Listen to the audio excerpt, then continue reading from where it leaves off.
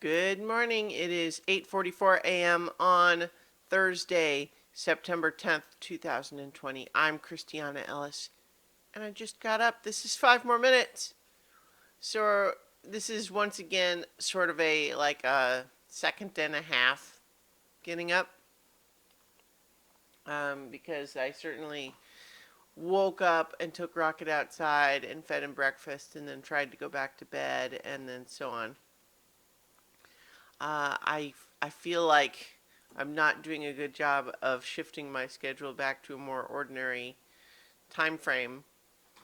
Going to definitely have to do that next week. But then again, next week it'll just kind of force the issue in the sense that I'm gonna get up. Excuse me, burp. I'm gonna just have to go ahead and get up, and that'll be it. Next week's going to be a busy week for work, for sure. But those weeks happen.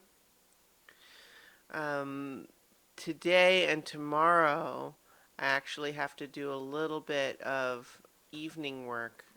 So my schedule is shifted a little bit today and tomorrow anyway. But I'm just kind of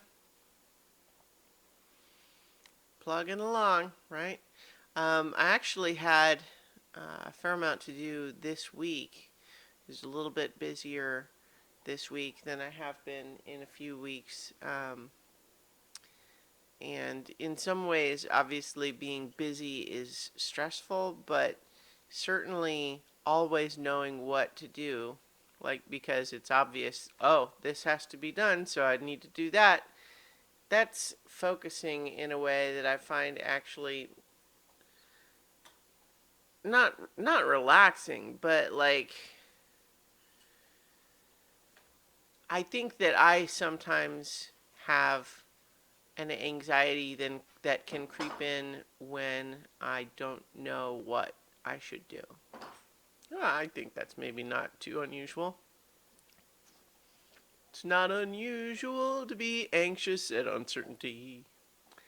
But yeah, in any case, one of the things that I did last night, though, was technically the second session of doing this, but I dug my VR headset back out of the drawer.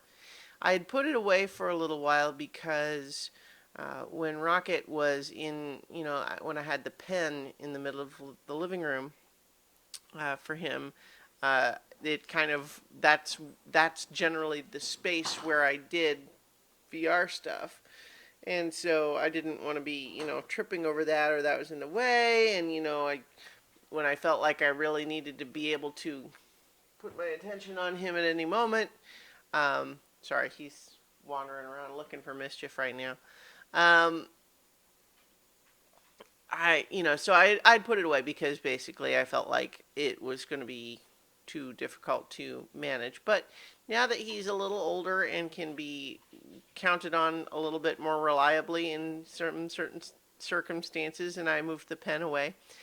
So I've actually been playing some of a game called Subnautica, which is sort of a underwater sci-fi exploration survival game, but it's in VR. And so I had heard good things about it and was kind of looking at it to see if it was on sale or whatever. And it is. It's like $25. And but then I saw, oh, you can play it in VR, and I was like, oh, that sounds fun, and it is. I will say that like there's occasionally a little bit more like graphical pop in than I would be my first choice, but but at the same time, the VR just works great, and the game is well suited for it. In especially just in the sense that it's not one where you're walking around, because part of the whole gimmick is that you're swimming. So it's a seated VR experience. Technically, you could be standing, but it doesn't add anything, and honestly, just makes it so you get tired faster. Oh, there's a little boy. Um,